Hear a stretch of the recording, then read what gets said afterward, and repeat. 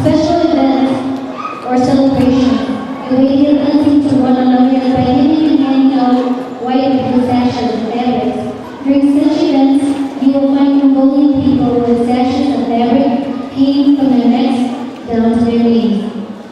We incorporated this part of their culture along with modern inspired Mongolian style together for this routine.